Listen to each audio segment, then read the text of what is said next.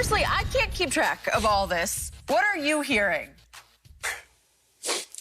Well, Mark Stein's right on the money, and people around the league think that the Clippers are looking to move Lou Williams. Remember, we talked yesterday about Montrezl Harrell and the issues he created in that locker room. But it wasn't just Montrezl. It was a trio.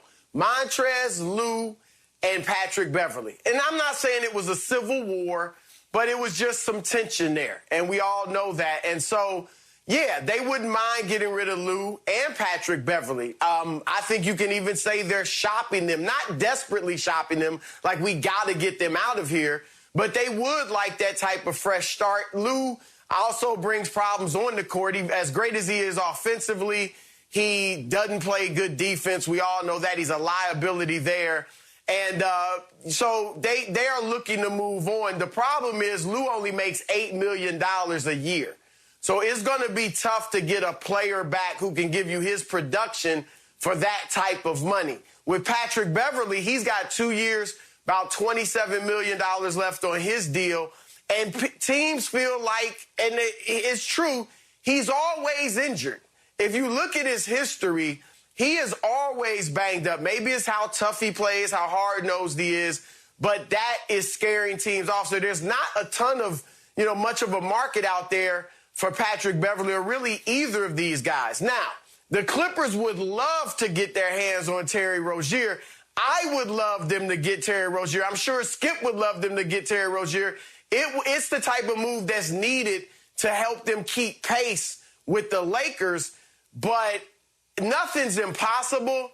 But Michael Jordan loves Terry Rozier. He wishes he had a team full of Terry Roziers. A lot of people think Rozier's on the market because they drafted LaMelo Ball, who's a point guard, but that's not necessarily the case. Jordan thinks they can play together. Rozier can play some too. If he's going to trade him, it's going to take a lot more than what the Clippers can offer. And so while I'd like to see them get Rozier, I do not see that happening. Can somebody answer me this, Skip? Chris, you and Skip, maybe you can help me. What is the Clippers culture? What is it? What do you think it is? Not losing. Well, you know what, though? Recently, we do have to be honest. I mean, under Chris Paul and Blake Griffin, they were pretty good. Not a championship team, but they were legit contenders. Then when Chris left, they became this hard-nosed, There you go. Team. Thank you. Paul. And then, okay. Trez, Lou Will. Kawhi and Paul George, that changed. So in other words, if you're going to make a fresh start, you got to get everybody that was there part of the old culture. Remember, Skip, Pat Bev bounced around. Trez bounced around. Lou Will was a second-round draft pick. They fought, scratch, claw, practiced every single day, played every single night. And now you get two guys coming here and they take it off. They not practicing. They play when they want to. And that rubbed them the wrong way. And so in order for you to get a fresh start, because clearly, and rightfully so, Paul George and Kawhi, those are your centerpieces.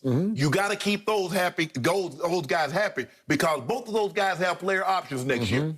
The one thing you cannot have happen is one or both of these guys walking out the door and you're about to go get $1 billion, $1.5 billion playpen down in Inglewood. You can't have that, Skip.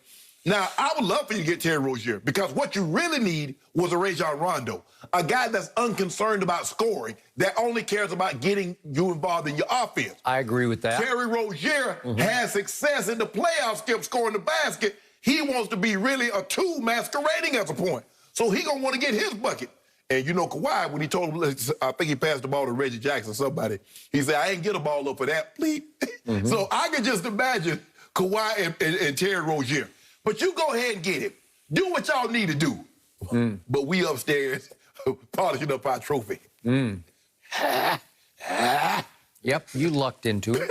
I give you that. Ain't no luck. So, to me, the Clippers culture is whatever Kawhi wants it to be right now. Basically. Yeah. Basically. And he wanted Serge Ibaka to be part of that culture because he loves Serge, and Serge loves Kawhi. And it's going to be very different. But they kept their one enforcer. Marcus Morris is still right in the middle of this, and he is a very valuable piece, and he got his money to stay. So I love that. And to Chris's point, it was a clash of old guard versus new guard. But new guard is way more talented than old guard. Absolutely. So Lou Williams has seen his best days in this league. And I love him. And I used to really love him. But he has become, in their eyes, expendable because he didn't want to be in the bubble, and he played like it last year. Because in the playoff run, he shot 24% from three, and he was driving me out of my mind because he looked lifeless. He looked like he was not buying into whatever the new Clippers were selling. He had a lemon pepper sauce. He had lemon pepper sauce, and we know about the Magic City incident, and I think that was the beginning of the end of Lou as a Clipper. Yeah, you can't do that. Okay, so no Trez, again, rejected to the Lakers. There you go. He was a reject. He's a cast-off. Skip, just say that Trez is no longer there. He is no longer there because they didn't want him there. Yeah, and so here we go. Lou Williams is on the market. I don't know what they can do. I don't know what you can get. As Chris said, these are all very difficult moves. But what about Pat Bev? Pat Bev was the third best guy on the team. And why are you trying to get rid of the third best guy and a point guard? You got a point guard.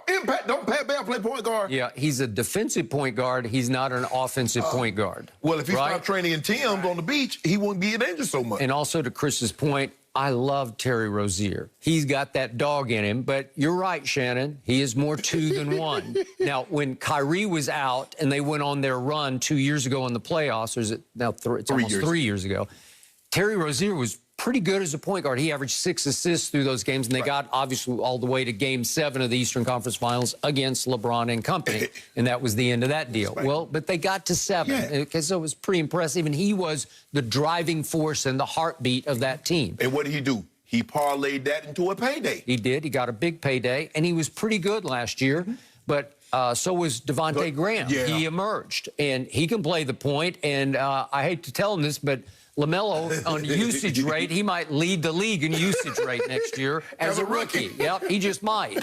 So somebody is odd man out, expendable, and I will not be shocked if the Clippers figure a way to pry Terry Rozier loose. I know Chris saying it's not happening.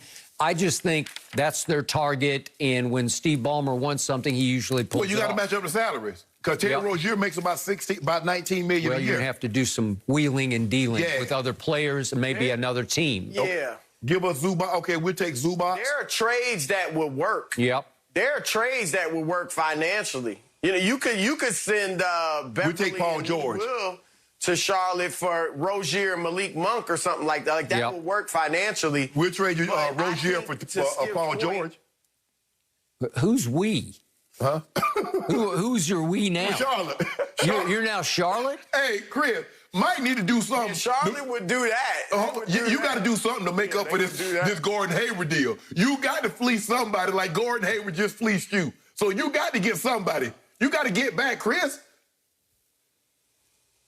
I think for the Clippers to get Rozier, it's going to have to be a 3-team deal, 3 or 4-team deal. And that's going to be tough to pull off. Look, they're going to keep trying. And, you know, there's been mention of Derrick Rose. I don't know, you know, Rose obviously is seen his better days, but they're going to keep trying to get a point guard. But even they realize this could be the roster they start the season with. Yep. So, for once, starting next year, the Clippers are going to be way under the radar. The odds makers will not love them because they're going to be starting fresh. Hold on. New coach, new culture. How do you get under the radar with 2 top 10 players when just last year you had the best player? You said the best player in the NBA, that KD was injured and he was just coming off the championship, was Kawhi Leonard. How can you ever, when has LeBron James ever flown under the radar? Chris, can you tell me that? Not Kawhi under the radar? What is he? A B-52? He an AWACS? He's the silent assassin. Yeah, he was real solid in Game 7. He was real solid in Game 6 and 5 in the 4th quarter. Go ahead. You can gloat now. Yeah. They still start as the second best team in the West. I don't think they're that far under the radar. Like the Lakers are ahead of everybody, but I think they're viewed as the second best team, even over Denver. Hold up. Who goes to the limit talking about, man, if I can just get the silver? If I can just get the bronze medal. No. I hear you. I'm just saying they're not under the radar. That's where they exactly. are. Second best. You were supposed to get the silver in the bubble. No, we didn't. Yeah. We won gold. Yeah. We won gold. Yeah, because you got every break. What break, Skip? It was the same bubble. Miami lost its leading playoff scorer and its